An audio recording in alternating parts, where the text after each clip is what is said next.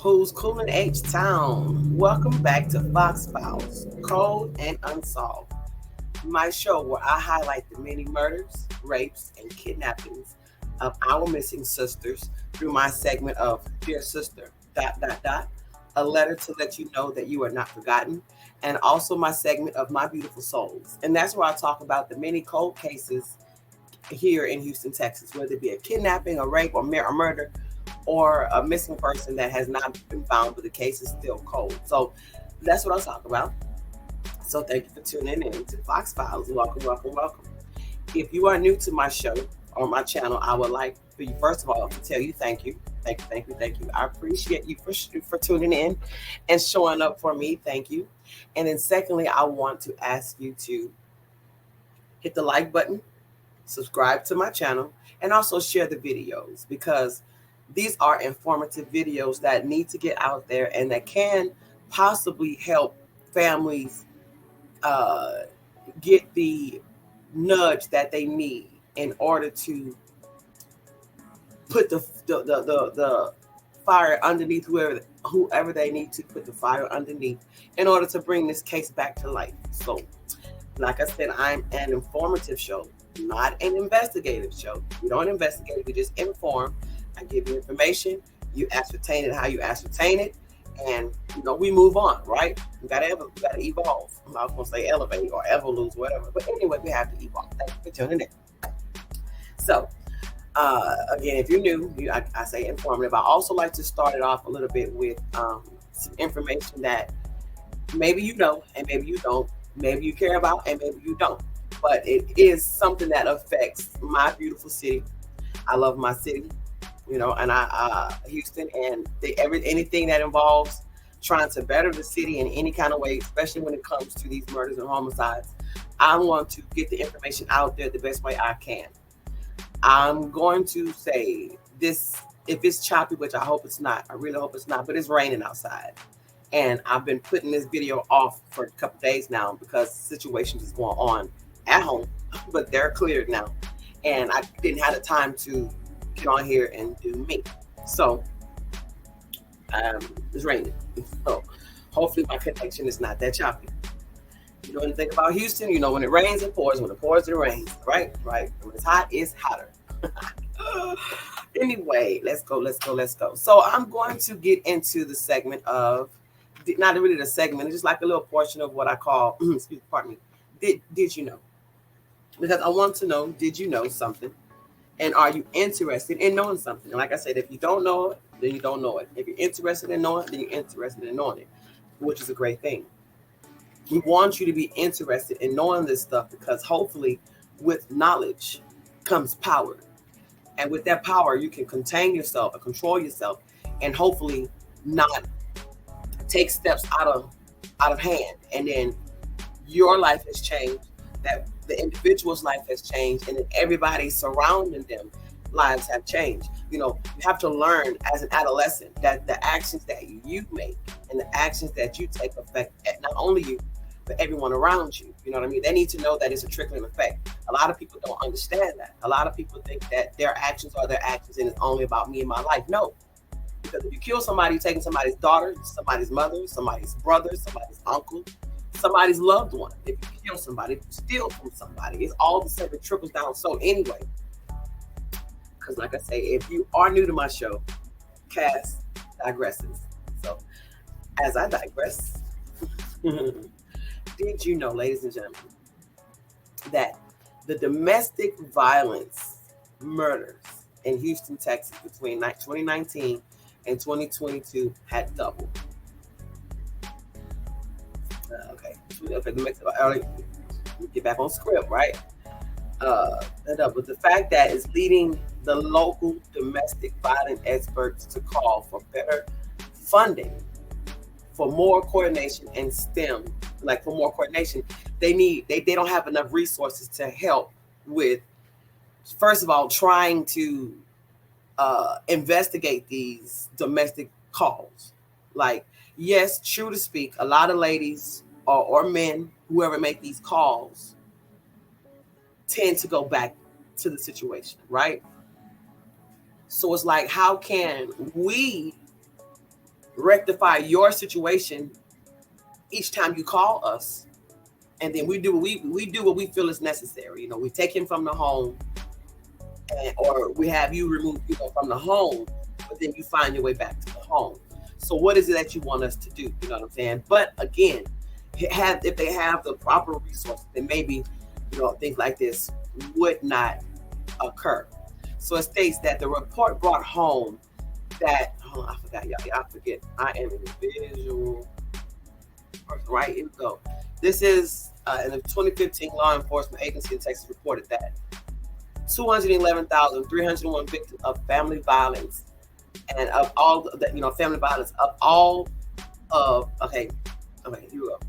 And so along with the 301,000 victims of family violence, there's another 194,872 incidents of other violence.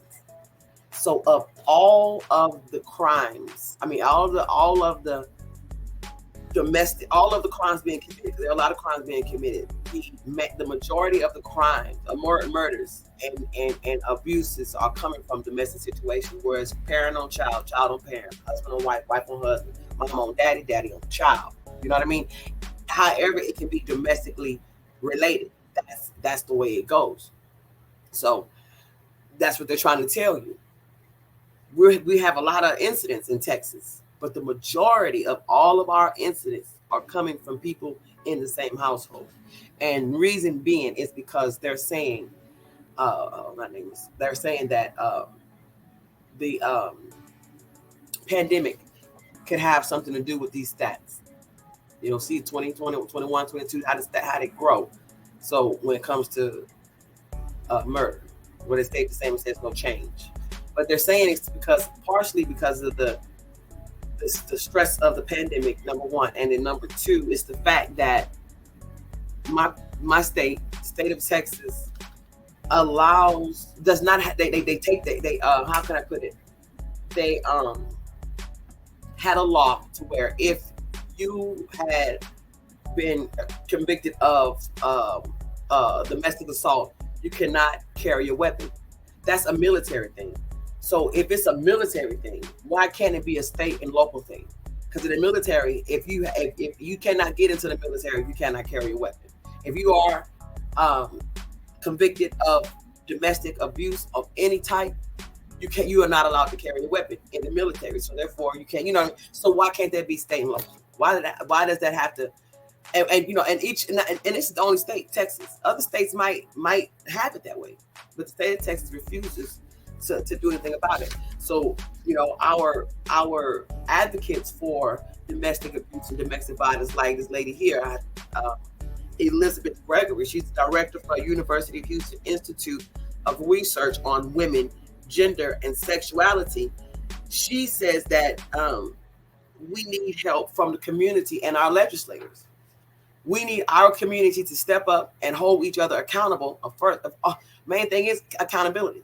So we need our community to step up and hold each other accountable. So we know our neighbor, you know what I'm saying? We can't like get in their business, but we got to do something, because it's a possibility we can wake up in the morning and see the situation on the news and be like, man, I heard her screaming. I seen her run out the door. I saw him drag her back in the house. I saw the rings around her neck. I saw this. I seen that. I was witness to this. Okay. And what happened? You know? So that's what we're saying. They're saying that they need resources. They need help from the community. They need my mind. They need stable sanctuaries for these ladies, because the homes that they have that they use to hide these ladies from the husbands, they're finding out about them. You know, they're finding where they're located. And then they don't even have, like they're saying, they don't have the resources to keep up with them. They don't have the resources to keep the utilities up and keep all the amenities that they need, because nobody's actually speaking out about this. Nobody is actually giving a care about this. Nobody really caring, because they're like, okay, well, that's their family issue, but it's not. It's an actual community problem. It's an actual Houston problem. It's an actual problem.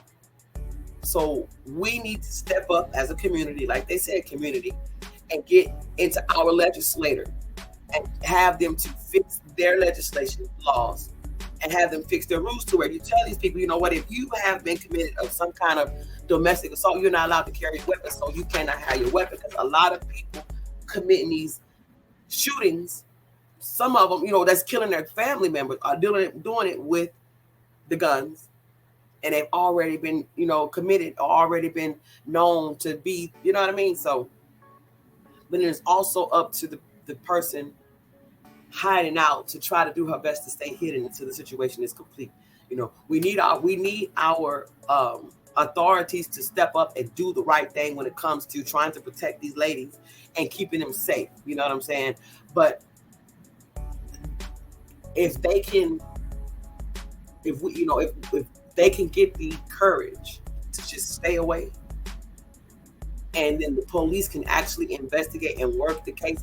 You can't tell this lady, okay, well, go stay at this shelter right here and then leave it alone. You have to actually make sure you see that this man does not start harassing or trying to figure out where this lady's located, or the vice versa, or the lady is not trying to figure out where this man is located, or the mother's not trying to figure out where her child is located. It's really a dangerous situation, and all that domestic stuff, you know, we have to make sure of that. So that was my did you know, ladies and gentlemen. Did you know that after investigating the deaths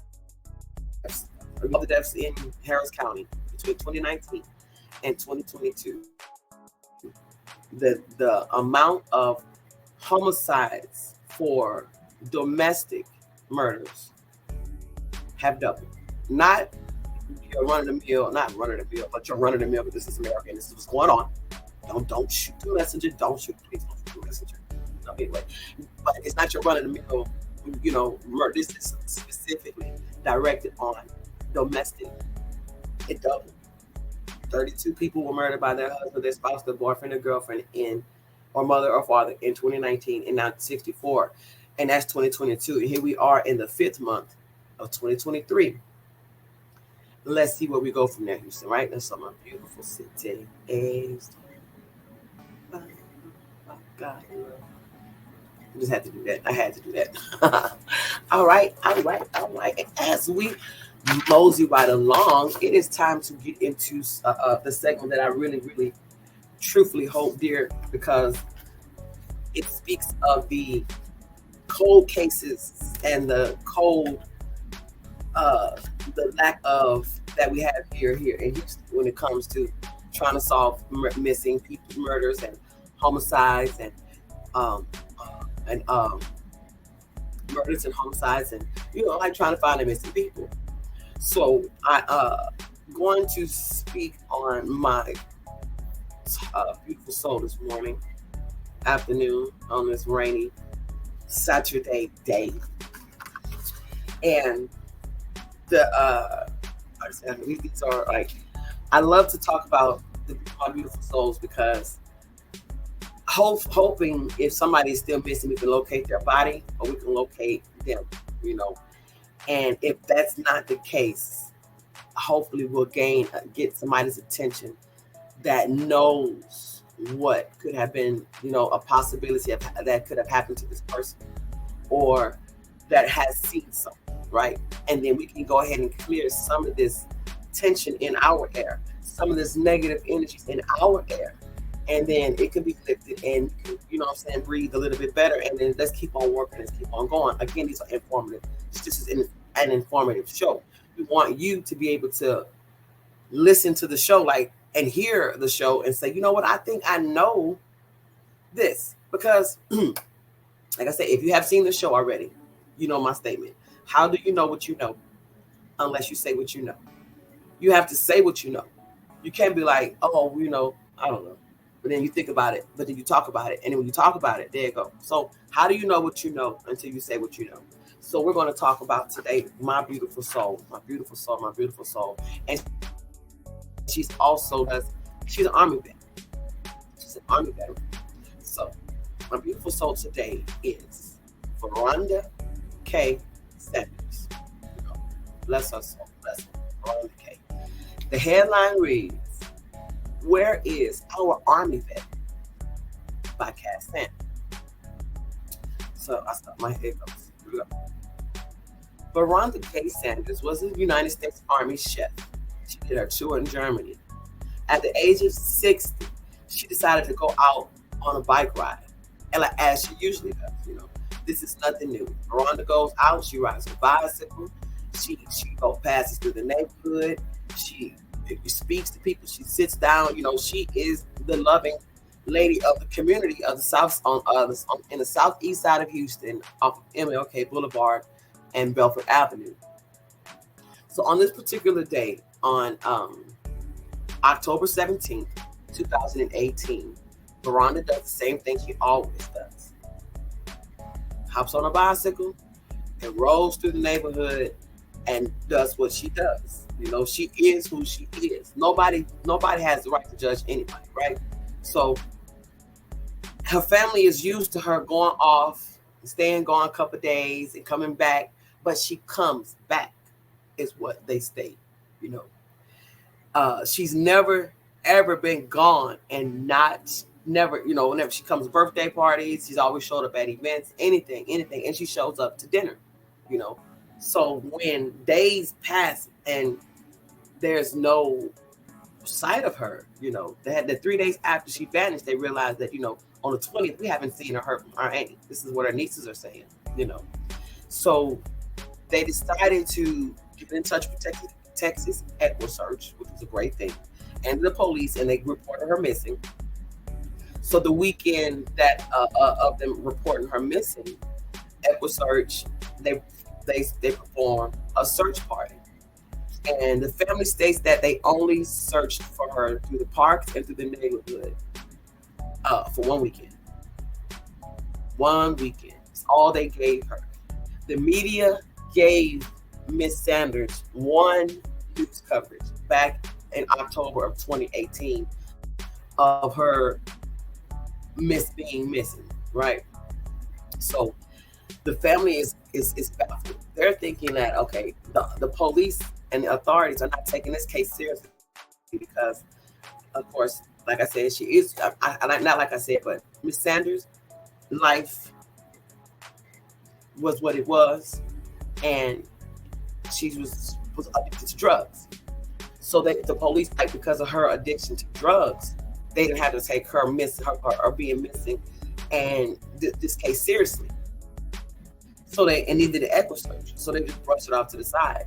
And it's also a possibility that around the same time, some Caucasian ladies might have come up missing. I didn't do my research on that, but I did talk to Lorinda Roy, which is Miss Sanders' niece, and upon talking to her, that was an amazing conversation. First of all, let me tell you, because I've been doing this for 2 years now. I know the shows have not been constant, but they're coming inconsistently. I mean, they are coming consistently now. You know what I mean? I'm back up with consistency with it. But anyway, so when I was doing my research on this show, on this article, on this lady, I come across the name of her nieces, and I decided to look one up, social media. And I found Miss Lorinda Roy, and we talked over the phone, and she gave me, some very, great information, saying that around the time that Miss Veronda came up missing, they found 2 other ladies murdered around the same area that she was in. Now the police refused to connect the 3 because they were refusing to admit that there is a possibility that there might be a serial killer here in the state of Houston, in the city of Houston, Texas. So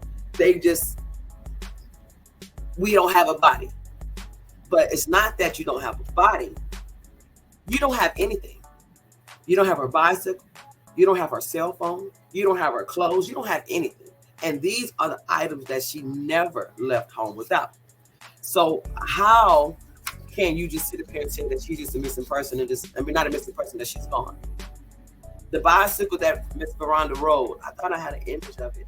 The bicycle that she rode on, that was her thing. Nobody ever expected to see her not on that bicycle. So they were confused to see that there was There's no bicycle. The bicycle's not in the ditch. The bicycle's not in the streets. So I need to show the images of Miss Veronda Sanders, but I don't have. I thought I had images of the bicycle. I already did.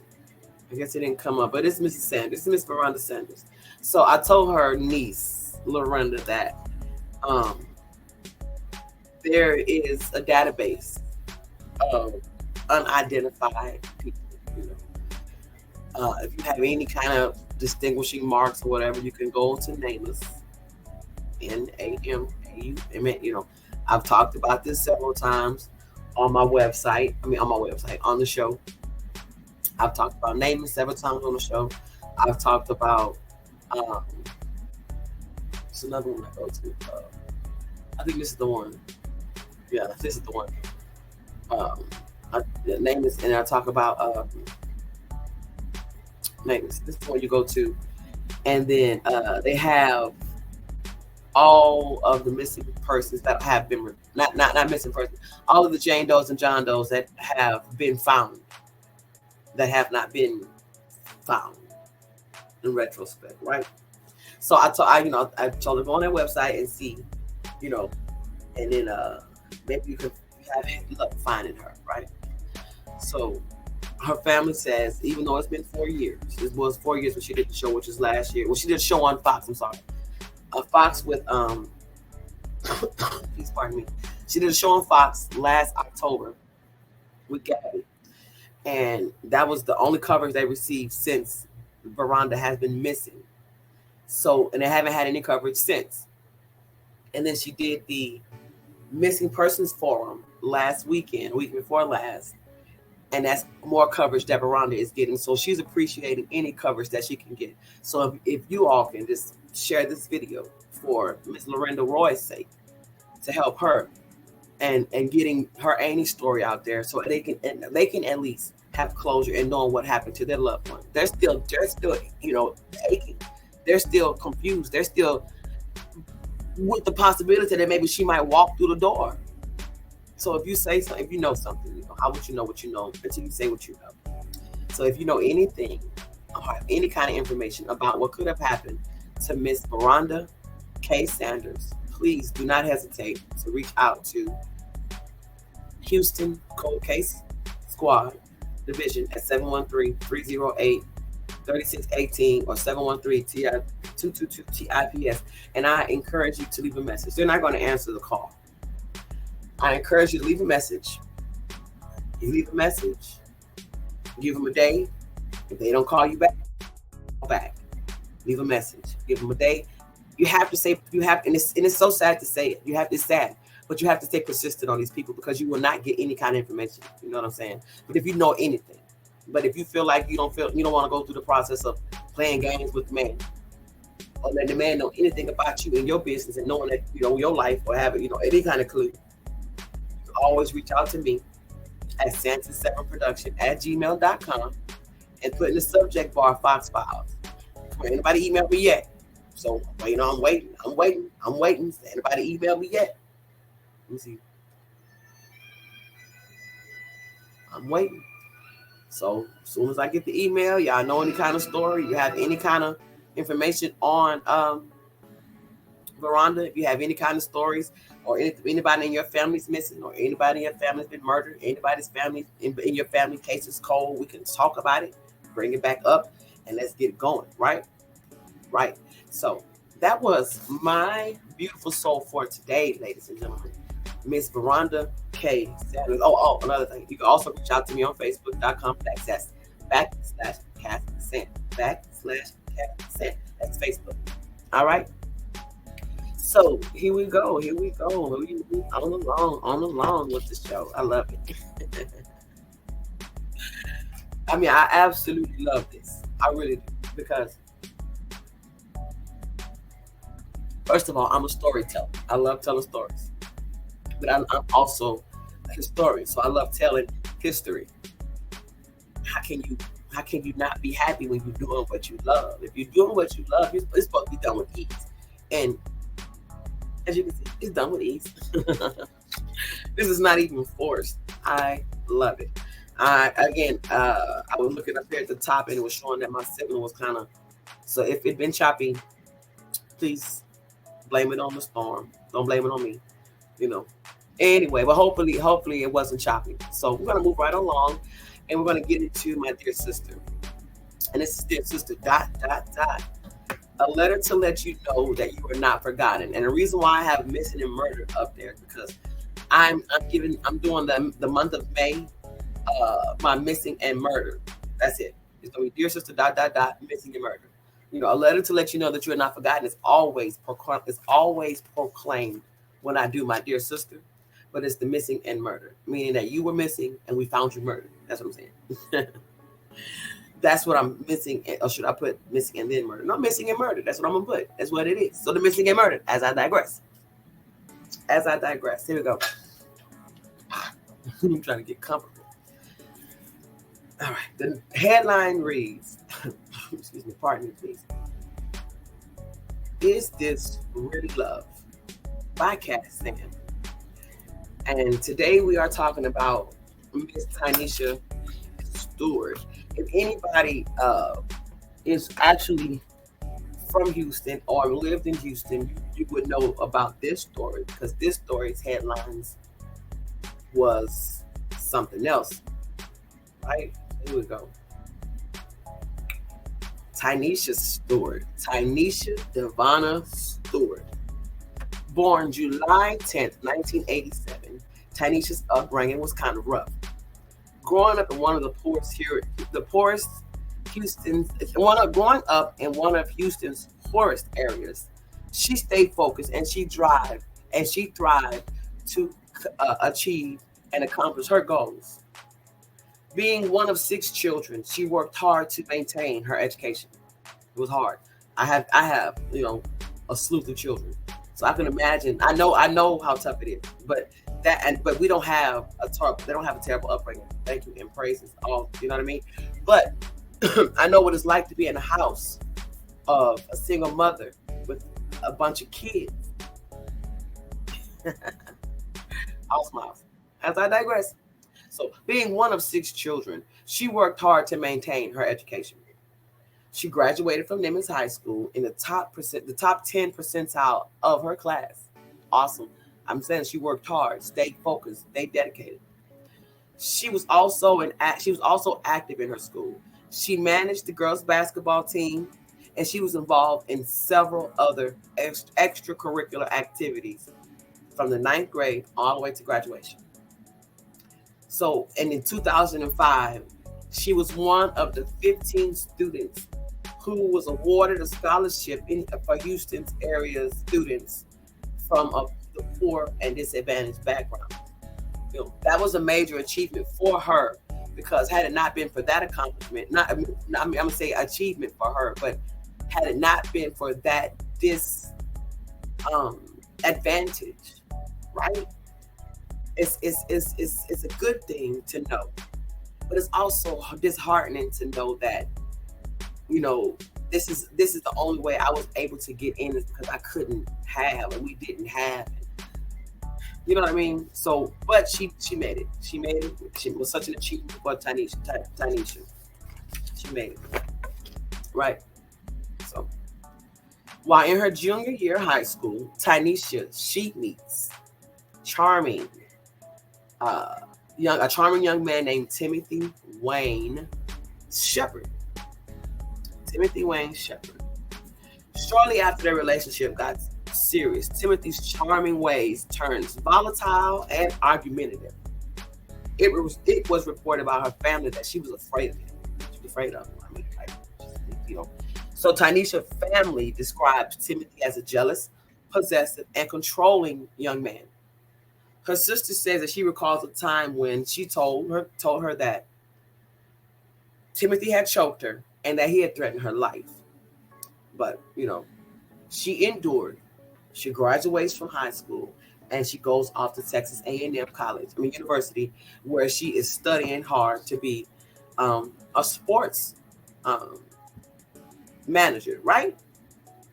So she had ambitions, she had goals. She was ready to take her life to the next level. So during the beginning of the first semester of her freshman year in college, Timothy's calls are consistent. Oh my God, several times a day. What are you doing? Where you at? Why you ain't answering me? Why you ain't calling me back? All the time.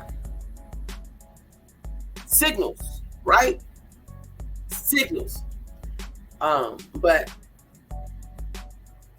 I guess coming from where she was coming from, and I'm assuming he was a provider to give her what she could not afford, living at home with her mother and giving her things that she could not handle. You know what I mean? So I'm assuming that was the case, to where she felt the need to still give him as much attention and of her energy, as much as her energy that she was giving him. So it was rough on her, but eventually she meets someone else, and her attention and all of that he was trying to get from her is shifted to the other guy, right?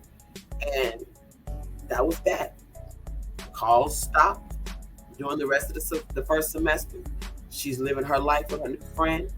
She's assuming that he's living his life however he's living his life, and that was fine. But then comes the beginning of the second semester, and the calls start back. The calls start back mid-second semester, in February 2007. The calls start back, and he had begun calling her again on a regular basis. But again, what was it about him to where she felt the need to keep giving him that much credit, or or that much authority, to where she would answer the phone call? So when spring break comes around, she wants to come home, but she's afraid to come home because she knows that Timothy's going to follow her around, harass her, and bother her, and she don't want to deal with it. But her friends convince her to come home because, we got to do this, we got to do that. So come on home. It's spring break. We miss you, we miss you, we miss you. So sweet, precious Tyneshia, she does exactly what her friends asked her to do, and she comes home. She comes home. She visits with her friends. And on the early morning of March 15th, 2007, Timothy picks Tyneshia up from her friend's house. She leaves her cell phone back behind with her friend because she knows that he's going to want to go through, And of course, she's not going to remember to delete everything. And he's going to find something because he's psycho. He's a sociopath. So he's going to find something. He's going to look. So she decided, to avoid all this, I'm just going to leave my phone here with you. And then I'm going to go ahead and just, whatever he's trying to do. So she leaves with him early morning on March the 15th. Around noon of that day, so 12 o'clock that day, Tyneshia speaks with her sister, and she tells her sister that she's with Timothy. Now, how the conversation went, how did she call her sister, how she contacted her sister, that's unknown. Pardon me. That's unknown. But she contacted her sister to let her know that she was with Tiffany. And that was the last time anybody had seen or heard from Tiffany. Her friend said that she told her, I'll be back in enough time to get ready for the concert that we're going to. They're going to the concert tonight. So she's waiting for Tiffany to get back from the concert. But Tiffany never comes back. She can't call her because she has her cell phone. So it's like, oh, what's going on? And then Timothy is not answering his. So her family reports her missing. Of course, she's supposed to. She was Timothy. Timothy, now he's saying that they got into it and she left walking out the apartment. That's what he said. At the apartment, they got into it and she left. And that's the last time he's seen her on the same day. But that's that's not Tiffany. Tiffany. That's not Tyneshia's MO. That's not what she does. That's not who she is. So they knew better than that. So as like I said, they report her missing. So 5 days after they report her missing, 5 days after the last known conversation that anybody has had with Tyneshia, which is on March the 20th, the police go and they bring Timothy in for questioning, and he gives them permission to search his apartment and his car. And when they step foot into the apartment, they are met by the strong stench of ammonia and of bleach. So therefore, they knew that he had cleaned the apartment up. And then there was some other spots that had been freshly painted and freshly cleaned. So it's like, this guy here got something to hide. And there were, but, there's that but. There were traces of blood on the light switch, and there was traces of blood underneath the base of the toilet. The base of the toilet, they had blood. So they go back. They take the samples they can take to do what they got to do. They let them go home. They let them go home. And the very next day, on March the 21st, y'all, Timothy contacts Quanell X. You hear me? Quanell X, which is the civil rights activist, and tells him that he needs to talk to him because he's afraid for his life. He's afraid that they're going to give him the death penalty. So Quanell X convinces him to tell me what happened to Tyneshia. This guy claims that they got into an argument. Tyneshia charged at him with a knife. Some kind of way he was able to grab a hold of her, turn her around, by her from the back, and chokes her to death. He says that he dumped her body in the dumpster at the 14,600 block of Ella Boulevard off of 1960 and 45, not too far from 45 freeway. So this is where he dumps her her body.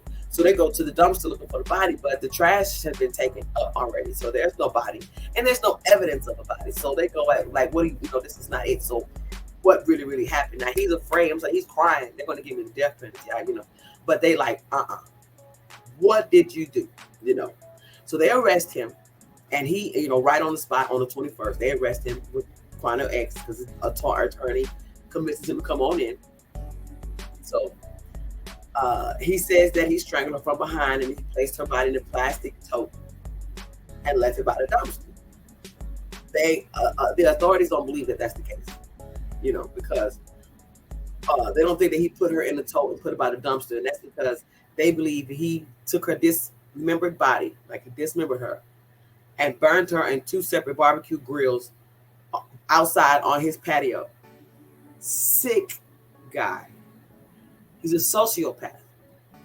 So Timothy owned one of the barbecue one of the barbecue grills, the grills that you can have in the apartment that you can have in the apartment complex balcony.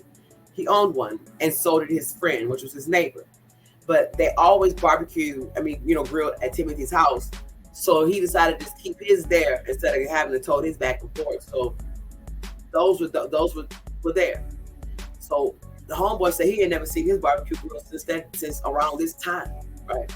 And so while searching for Tyneshia before Timothy's arrest, the police, Timothy, when he reluctantly let them search his apartment, they remember him being on the balcony grilling, and they recall that the meat they recall seeing him there chunks. Like, it's hard to say this, y'all. That's why I'm about. There were chunks of cut up fresh meat in the tub, uncooked meat in the tub. So big chunks of uncooked meat in the tub. And when they asked Timothy what was this meat, he said it was the meat that he was cooking for a wedding, So the neighbors were questioned, and they report that the meat that Timothy was cooking around that time had a funky smell, and unusual black smoke coming from the barbecue pit, this grill. And they're like asking him, "What is he cooking? Can I?" And he told him, "Though it's the seasoning that the people want on their meat that's making it do this." I guess he's trying to whatever kind of seasoning people say they want on their meat. So this is what is supposed to be producing this funky smell and it's black smoke. But the neighbors, of course, were still skeptical about it because they could say it didn't make any sense. Even when one of them was like, "Well, let me taste this shit." He was like, "No, I can't because it's for the wedding. I can't." But he's like, "This ain't. We always do this. You always give me a piece of meat, whatever." You know what I'm saying? So this is new. But anyway, they let him mind. They mind their own business and let him go about his business. The neighbor downstairs reports that he recalls hearing the garbage disposal running for minutes at a time. Who runs the garbage disposal for minutes at a time? Come on, y'all. Who does that? So that's what they said. They would recall him hearing the garbage disposal running for minutes at a time, and that the water in the bathtub was that weekend was constantly running, never turned off. So that was unusual as well. And another neighbor reports seeing Timothy take 2 barbecue grills to the dumpster, and those are the grills that are now missing, right? So when the police go back to the apartment, they thoroughly search in the garbage the apartment. And when they look into the garbage disposal, they find teeth now, people teeth, a person's teeth, and tooth enamel on the blades of the garbage disposal. Right. And then they also found burnt bone fragments with cut marks on them underneath the balcony in the patio of the man downstairs. But they're saying that the bones was too burnt or too small to identify them as being human or animal. But it doesn't matter. He's already confessed to the murder. All the evidence against him already proved that he killed her, dismembered her, burned her, and got rid of her. It's there. He got rid of all the evidence. There's no tote, and we cannot find a barbecue grill. So it is what it is. So during his trial, this is him. This is the this guy, fucking guy. During his trial, of 2000 on September 29th, 2008, when the neighbor said that this was the worst smell of singed hair or burning tires, she said. So they're like, how can it be meat if it doesn't smell like meat? And that was Dion Whitaker said this. And she said when she asked him, he was like, it was the spices. You know what I'm saying? It's the spices. So when Parnell testified as a witness against, he stated that he told him that they're going to kill me, man. They're going to give me the death penalty. So Shepard's younger sister says that he was controlling. So all these people are talking against him. Even, I mean, they're speaking against him because they know the heinous crime that this man has committed against this beautiful, beautiful, beautiful young lady.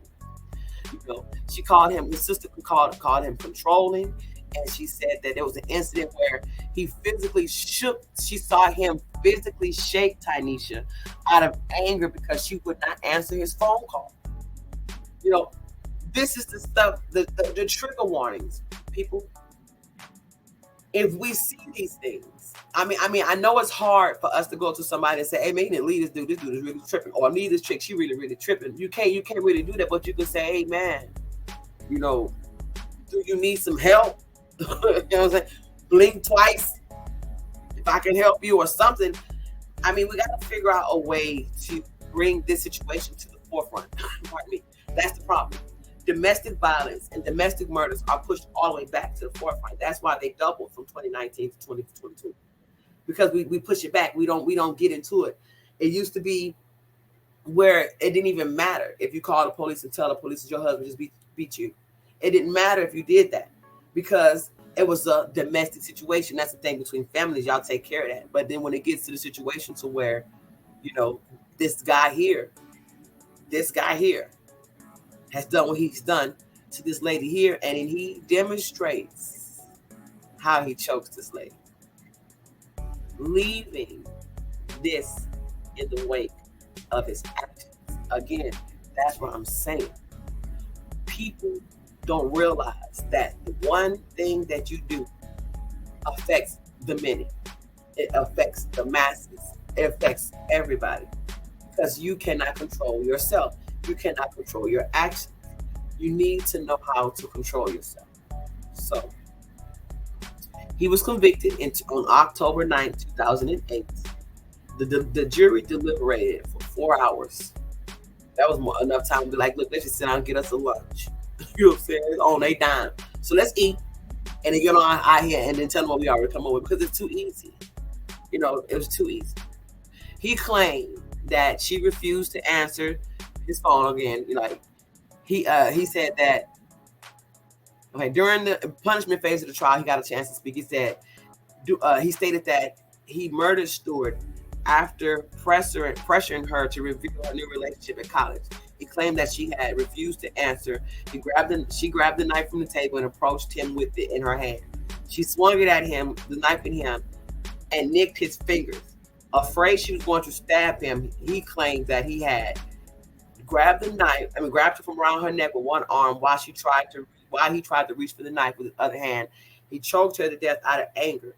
He later went to the hardware store and purchased the bucket and everything he needed. He undressed her body, dismembered her body in the bathtub using a jigsaw and other tools. He barbecued her remains on the two girls on the patio. So he admitted to everything the police had already known. So he admitted to this at the trial to the family. So he was given life in prison. He's lucky that he did not get the death penalty because that's what he was crying about not getting. He tried, defense. Good defense has to do their job, and they have to defend him in any way. So the defense was that he was already diagnosed schizophrenic, already diagnosed this and all. That's when he got interrogated. So let's throw the confession out. Throw the confession out. Look at that smile. Look at that. Let's throw the confession out. This is somebody who wanted to come home for spring break, but was afraid because of what he was going to do to her. He did exactly to her what he was afraid he was going to do to her. I remember this story. Because these individuals are connected to people that I know. Again, connections. So, like, right before this happened on the same day, it was known that she was at McDonald's in the drive-thru with him reading the book. He's driving there. They're going to get something to eat, McDonald's. They drove by somebody's house that I know and purchased some marijuana. I know these things. You know what I'm saying? So it's tough. It's really tough. And you hear the situation. And my cousin lived in the same complex as this guy. So my cousin was witness to the barbecue smoke. She was witness to the smell of the stench. You know what I'm saying? So the story hits home, y'all. Tyneshia Stewart. Dear Tyneshia Stewart, you are my sister. And this letter is to let you know that you are not forgotten. Right, guys? That was my segment of my dear sister, ... a letter to let you know that you are forgotten. And I do this because, like I say, we sit back and don't realize the depth of certain situations that go on in the lives of others that we can actually learn from, that we can actually pick up some kind of knowledge and some kind of strength from. And you have to know these things. I mean, and we also have to be responsible. I was speaking with somebody the other day, and we were talking about it, and it's like, no, as a matter of fact, I was speaking to Veronda. Veronda's niece, my dear sister for today, not my dear sister, my beautiful soul for today. And I was, telling her, we sit back and we say that the other people come back, and, they're always putting their resources together to find their own. And that's the truth. They're putting their resources together to find their people. We need to do the same. We need to put our resources together and put our heads together to find our people. We shouldn't have to depend on anyone else to help to help family us. I'm gonna say family us because we're a community, we're a family. You know what I mean? So we have to do better when it comes to holding ourselves and our loved ones accountable. Like, hey, look, Roger, I know you whooping on that girl, but you need to stop. If you're going to continue to do that shit, man, leave that girl alone. And you go, excuse my friend, if you're going to continue to do that, leave that girl alone. And you go to baby mama, girl, go, hey, say, you got these kids to think about. You know what I'm saying? If I can help you in any way, that's what we need. We need to step up, and because we know it's happening. We know it's happening. You know what I'm saying? And we know that the female probably don't have enough strength or the courage, and she don't. But when do we step in as a community, as a family, to help with the situation, right? Like with my wrap them up, cap them up, because it is now time for. You see, I'm hoping this thing is really letting y'all hear the sounds that my sounds. I hope you heard it. I hope you heard that. That was lightning. Anyway, it's time for wrap them up, cap them up, and again. And still, until somebody tell me something, we're going to keep on talking about my girl, my sister, my dear sister, my beautiful soul. This is Miss Tyneshia Stewart Dixon. She is HPD murder number 0590-986-0000. She was murdered at her house, in her apartment, May 9th, 2000. May 9th, 2000. It just made 23 years that Tyneshia was murdered in her home. She opened the door, answered her door, and was met by gunshot. Shot her straight in her stomach, killed her right there in her living room. But when the authorities get there, they see Tyneshia land on the floor in the living room with a gun. So she answered the door with a gun in her hand. And when they talked to the people around, like, I talked to her roommate because she had just moved into this apartment complex off of West Chase. Oh Lord, I know the location. Anyway, when she moved to the apartment complex, West Forum, 6400 block of West Forum, 2 months ago, she was running from somebody. She was in fear of her life. This is what the evidence that has stated. This is the report states. This is what the police say, that she said that she was in fear for her life. So she's in fear for her life. The roommate that she was living with, who she just moved in with, says that he gave her his gun for protection because she was in fear of her life. Who was she in fear from? And what's going on with that? And then when the report states that they have interviewed and have a lot of, gained a lot of useful information, what's the problem? Why aren't we using it? Why haven't we used it yet? So, Tyneshia Stewart murdered May 9th, 2000 in apartments of 6400 block of West Forum, Houston, Texas. If you know anything, have heard anything, or can remember anything, because again, like I said, how do you know what you know until you say what you know, or unless you say what you know? It can be both. How do you know what you know? You don't. So say what you know. You remember hearing the gunshot. You remember seeing somebody run off. You remember hearing a knock at the door. You remember seeing somebody run off. You know what I'm saying? You remember seeing a car drive down the street, somebody on a bicycle, something. If you do, please contact Houston Cold Case Squad at 713-308-3618 or the anonymous tip line at 713-222-TIPS. And I implore you, put that back up there. We'll take the picture now so I can see me. I implore you, City of Houston, County of Harris, State of Texas, put up some reward money. Put up some reward money so we can find out what happened to Tyneshia. Put up some reward money so people can move. Because a lot of people ain't gonna move because it's like, what benefit? And it's terrible to say it. It's a terrible thing to say that you're not gonna move unless it benefits you. But if that's what it takes, that's what it takes.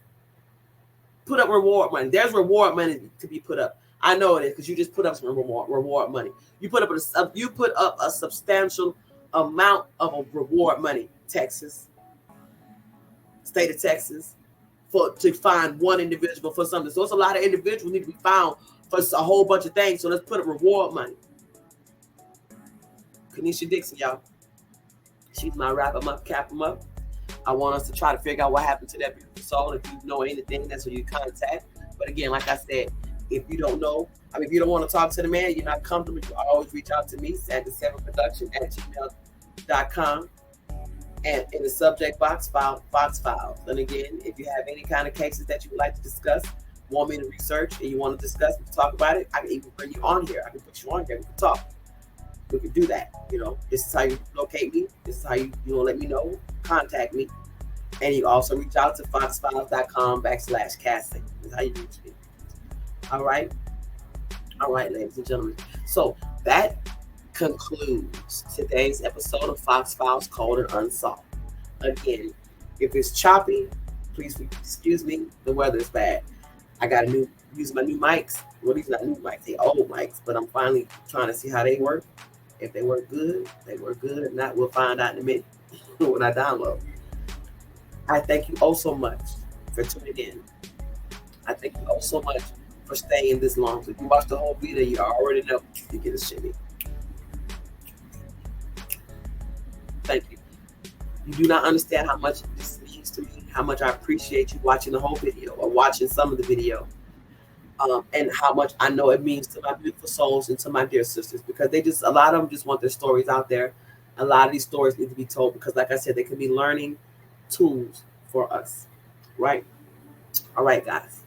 I thank you ever so much for watching Foxxx Files Cold and Unsolved.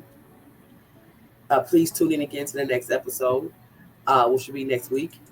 Like, share, and subscribe to the videos, and hit the notification button so you can get, any kind of notification, because I'm about to take this thing on the road. So it's going to be more things, great things coming with Foxxx Files Cold and Unsolved in the near future. So stay tuned, look out, and again, love on yourself. Peace.